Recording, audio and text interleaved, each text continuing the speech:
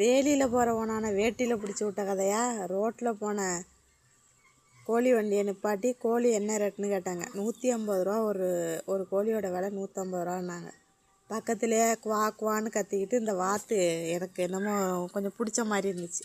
இது வரைக்கும் வண்டியில் நம்ம வாத்தோட ரேட்டு கேட்டதே இல்லை. என் வாத்து என்ன ரேட்டு அண்ணா அப்படின்னு கேட்கும்போது 550 ரூபாம்மா அப்படின்னாரு. ஐயோ ரேட் அதிகமாக இருக்கே அப்படின்னு சொன்னேன்.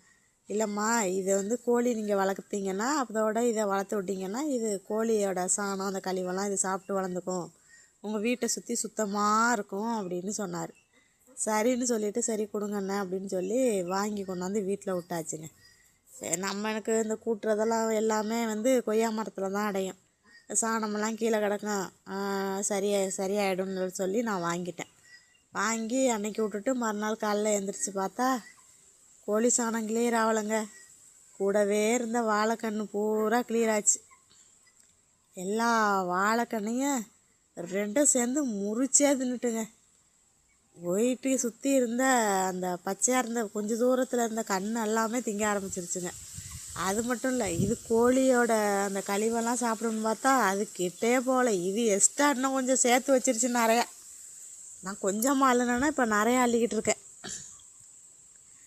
இருந்த அந்த வாழைக்கண்ணை தான் க்ளோஸ் ஆச்சே தவிர அப்புறம் ஒன்றும் இல்லை.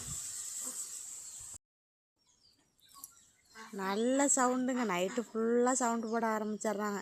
ஆனால் அது வந்ததுலேருந்து கொஞ்சம் சந்தோஷமாக நம்ம பார்க்குறதுக்கு ஒரு வெள்ளையாக வீட்டில் ஏதோ ஒரு சந்தோஷம். அதை அதுங்க குளிக்கிறத பார்க்க அந்த மாதிரி ஒரு சந்தோஷம் மட்டும் நிலச்சிருந்துச்சு.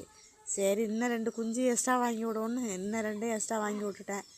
சந்தோஷமாக தண்ணியில் ஆடிக்கிட்டு கிடக்குங்க.